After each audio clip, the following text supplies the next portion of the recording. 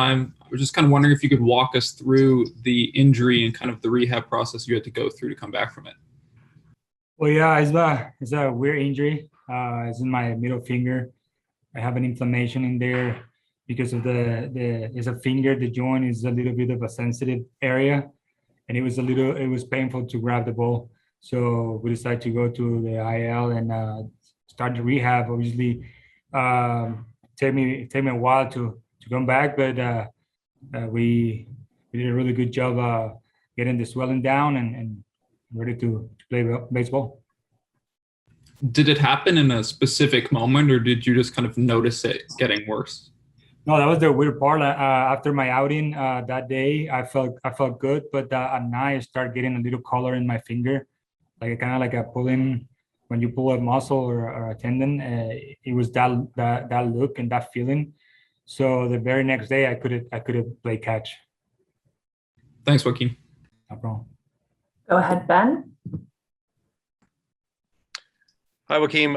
You have the opportunity to stay around the team for most of the time you're on the IL. What have you learned about the Blue Jays and not only what you've learned, but what you've liked about this team and as you settle in? Well, it's a special team. We have a really core group of young guys that they like to compete. They like to play baseball. They play hard every day. They prepare themselves really good, and is a team that you want to be around.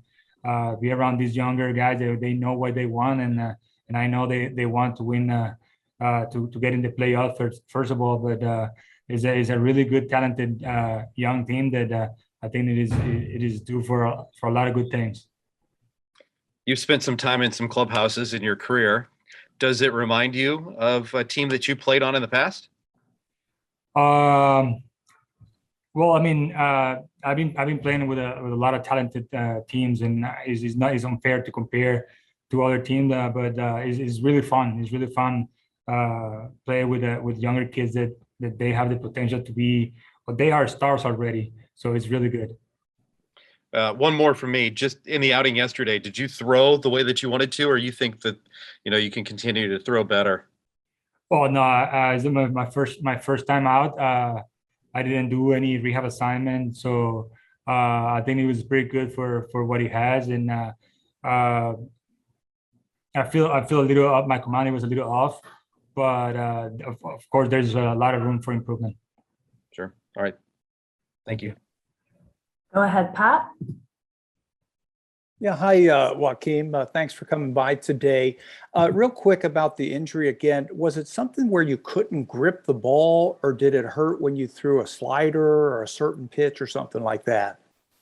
I couldn't grip the ball. I mean, I felt as soon as I grabbed the ball, I feel pain in my finger. So I didn't want it to just play with that and then hurt the team in another way. So I don't want to be with 60% of my capacities and then hurt the team and with my performance. So I think the smart thing to do is just going to the IL. When you threw your sim game the other day, did you feel anything? Did anything change? Did you feel pretty good throwing all your pitches? I felt pretty good. I feel pretty good. Obviously, when you face one of your teammates, you eliminate the inside part of the Sure. plate. You don't want to hit your own guys. So, but I felt good. Everything it feels normal now. Great.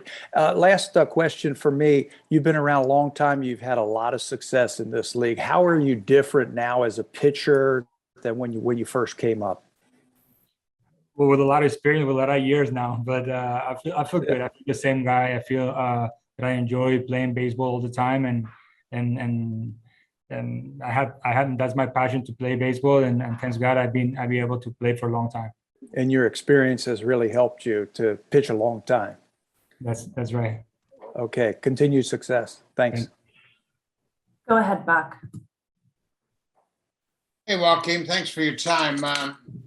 To follow up a little bit on what Pat asked you, now in this day and age of high velocity and everybody's looking at the radar guns and all of that, you have excelled without having that high velocity. Was there somebody that influenced you to focus on location and movement of your pitches other than just trying to throw it hard?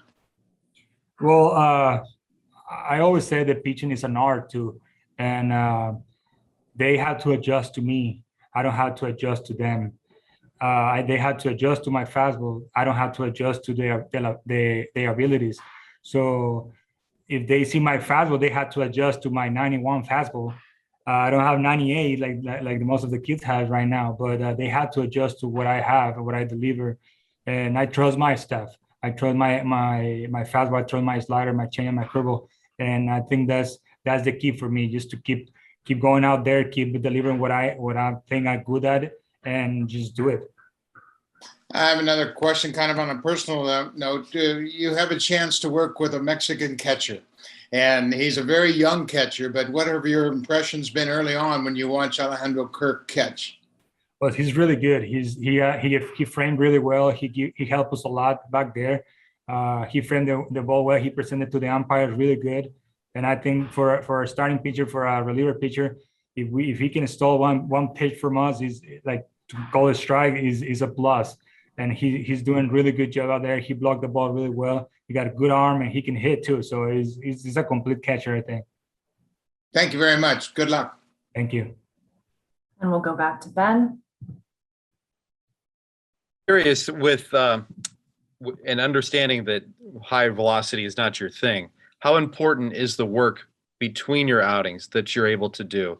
And what are some of the things that you're doing in between outings and before a ball game to make sure your arm stays healthy and you stay sharp?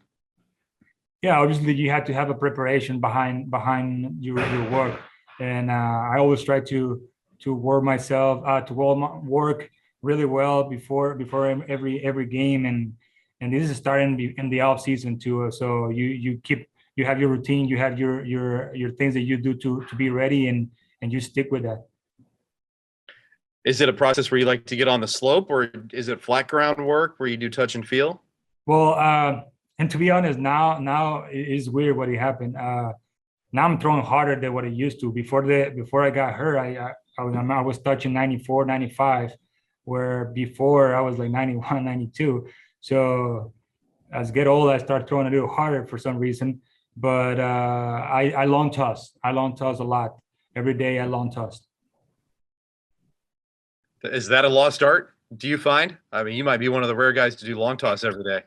I always long toss. So I've been long toss for most of my entire career, and I feel good with that. That's great.